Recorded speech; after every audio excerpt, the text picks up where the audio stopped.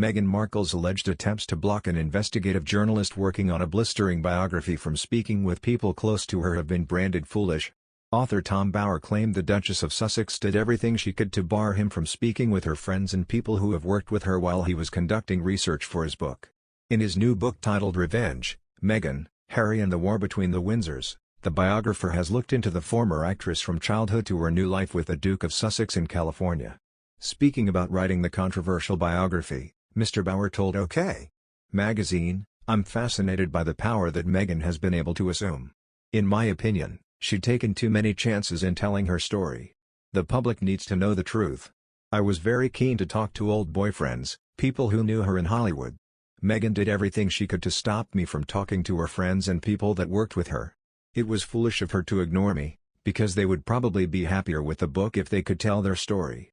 Mr. Bower went on to say he quickly found out everyone who was there refused to talk while looking into the photoshoot Meghan did for Canadian brand Reitmans, of which she had become the brand ambassador in 2015.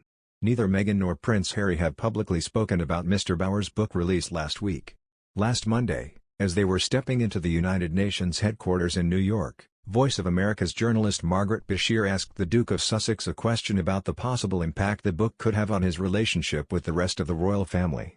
In a clip she shared on Twitter, the reporter asked, "Prince Harry, are you worried that Tom Bower's new book is going to widen your rift with the royal family?" In the video, the Duke and Duchess appeared to only briefly glance at the reporter. Without acknowledging the question, the pair continued to walk, on their way to the General Assembly plenary session dedicated to Nelson Mandela, during which Harry delivered a keynote speech. One royal commentator has suggested the Duke may use pages from his upcoming memoir to set the record straight on some of the claims made by Mr. Bower.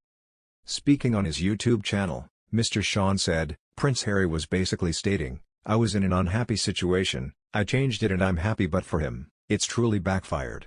It does seem odd that someone of his background, his education, his wealth should encourage people to simply ditch what they're doing if they're unhappy. If only they would think these things through, they could really develop their brand and more importantly, their catchment area, people may take them seriously." Thanks to that statement, Harry and Meghan's popularity once again takes a huge nosedive, but one thing I have noticed about these bombs, they always come from Harry.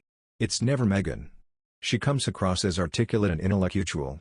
It seems to be that Harry hasn't thought things through and appears rather foolish on camera. It comes as Meghan has been told to think carefully about using her Duchess of Sussex title in the U.S. after her recent lobbying. The Duchess of Sussex contacted Republican Senator Shelley Moore Capito and Susan Collins on their private numbers to ask to support paid parental leave and a climate policy.